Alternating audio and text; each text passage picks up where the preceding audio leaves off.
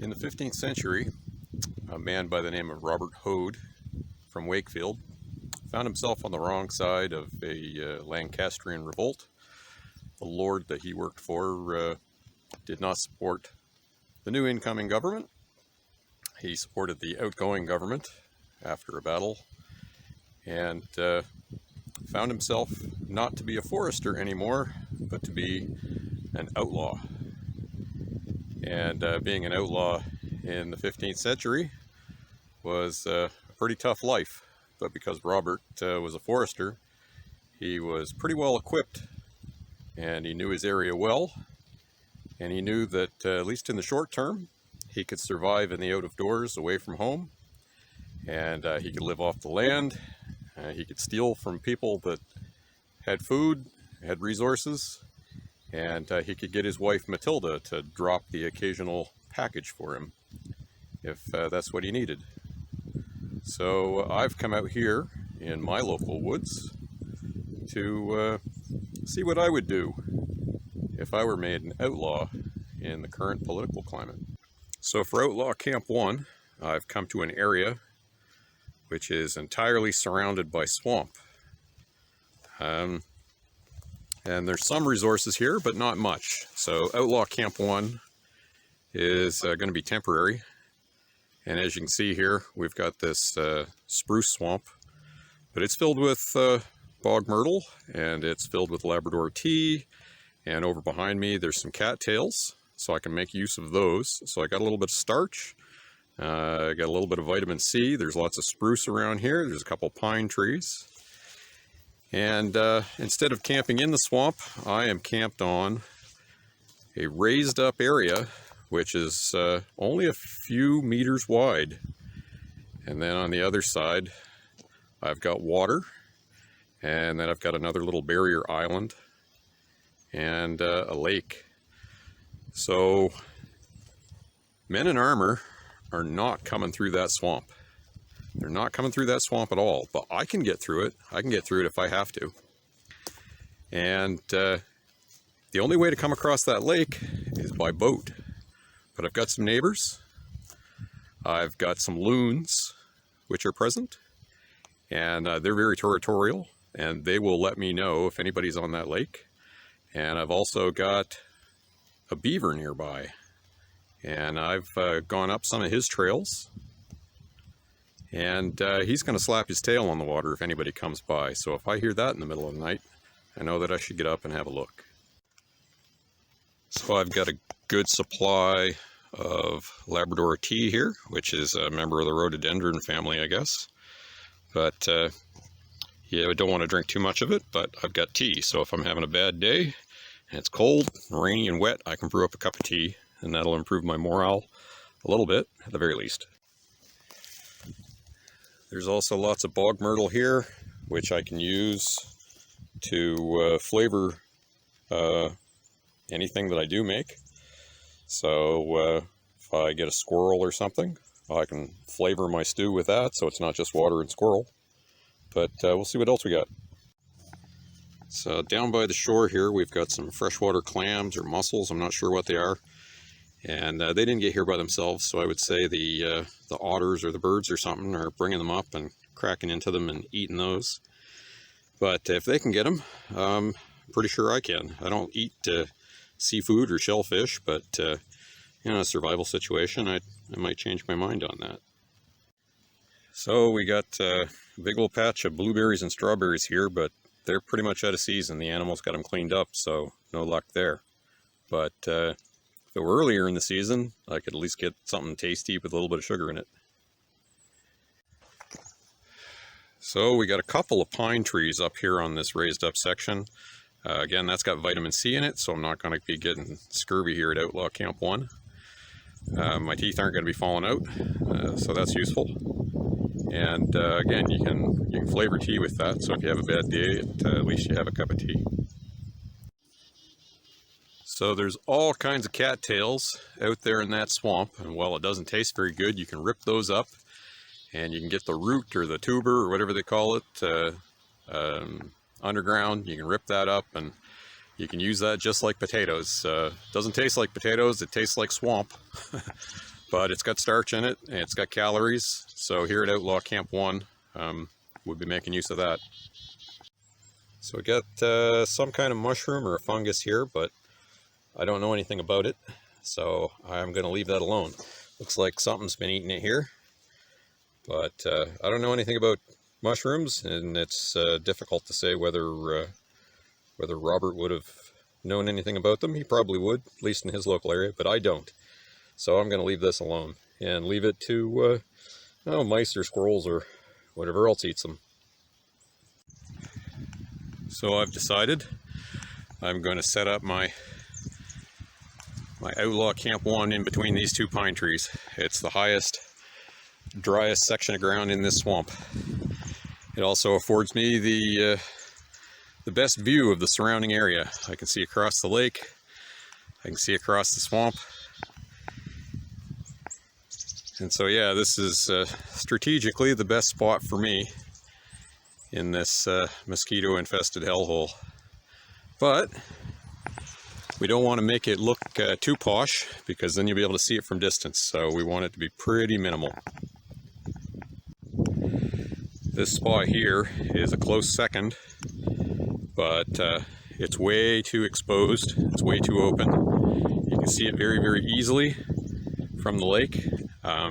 I can see the lake quite well from it. I can see it a lot better than I can from where I chose. But the reverse is also true. They can see me.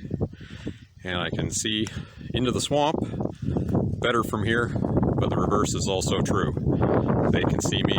So I'm going to rely on my neighbors. I'm going to rely on the loons. I'm going to rely on the beaver and the animals. And with luck, we will not be spotted by any of the king's men. So we're here at the Outlaw Camp 1, and it's Friday, and it's about 45 minutes before sunset. We just got here.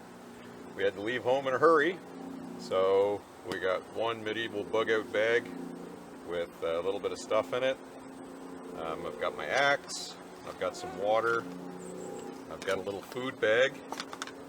Of course, I've got my yew bow, and I've got some arrows. I've got my hunting horn, a bit of rope, and I was able to get some cattail root on the way here. And there's not a whole lot for good firewood here at Outlaw Camp 1, so it's hard to say whether we're going to be able to cook supper or not, but we got a couple of little things we were able to grab on the way out of town in the food bag, so we'll see what we can make happen here. It's been an interesting week. I was actually injured this week, very much like Robert Hode might have been in his Lancastrian revolt. I managed to injure my head, and I've got 9 staples in the top of my head right now.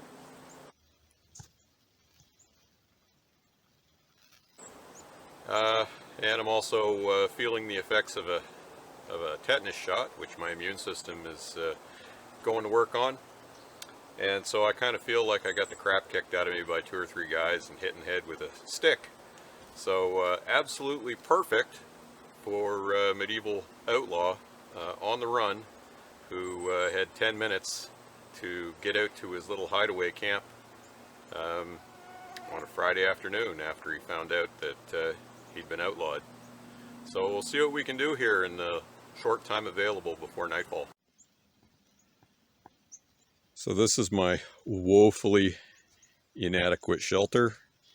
It's just a canvas cloak, and I've got it tied up at the corners and got a piece of rope running through it. And this is absolutely no good whatsoever for serious conditions, but it's not expected to rain tonight, and it'll keep the dew off anyway. Looks like I'm gonna be kind of sleeping downhill on an angle, but maybe I'll modify this a little bit before it gets too dark and see if I can't achieve some sort of comfort. So Got these cattail roots, and they look pretty disgusting, but largely it's because they are. I'll need that part. You get them cleaned up, get the outside skin off, I guess. Just kind of split them down the middle and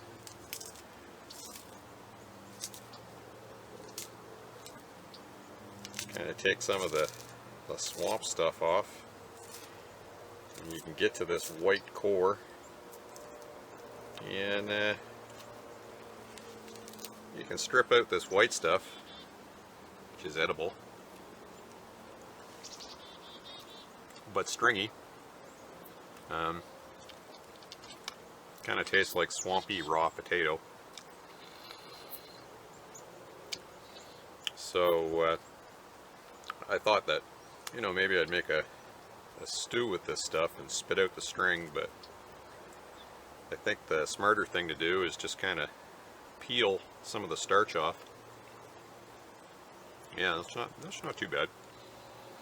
So a lot of string.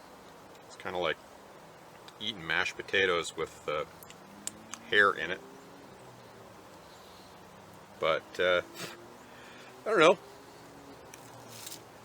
Tastes like shit, but it'll keep you alive, kind of deal. So maybe the thing to do is just take my knife and then scrape some starch. Spit out the gross bits.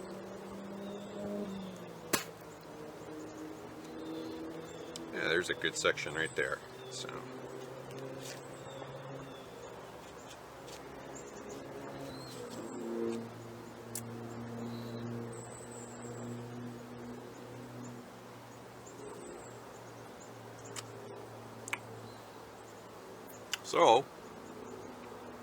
that's how you get carbohydrates when you're in the swamp. The bigger the root section on your cattail here, the more of it you're going to get. And up here into the plant,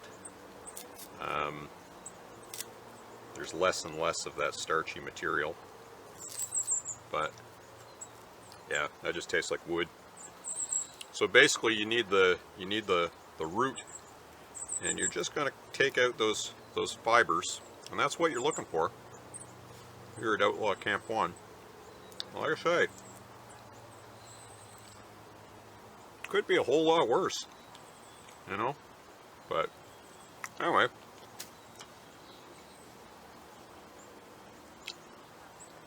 I think that if all food tasted like that, there'd be no obesity. But in my little food bag here, I wasn't able to grab too much. I got a bowl, I got a pipkin. Wife's gonna be mad at me for stealing her pipkin.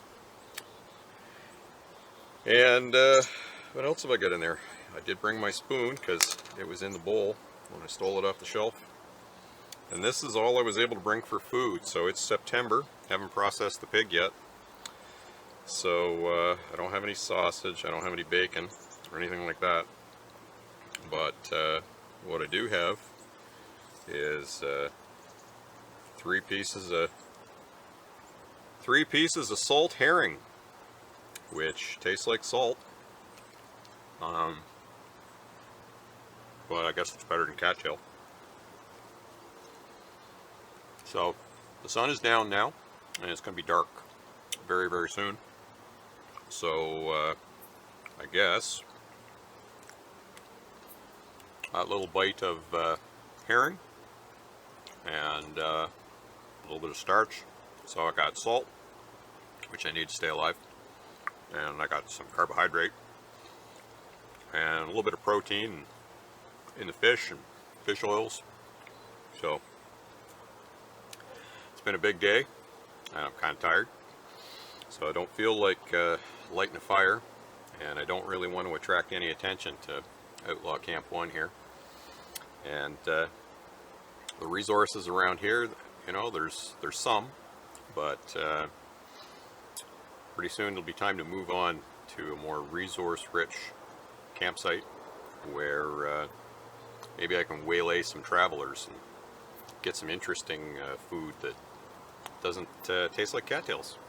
And I don't know, maybe I can get a proper piece of canvas from a merchant's tarp to make my stay here as an outlaw a little bit better. Maybe a cooking pot, and maybe I can get my wife Matilda to leave me a little something at the crossroads of some trails. So she's pretty much time for bed. I'm going to take off my belt here. It's got my knives on it.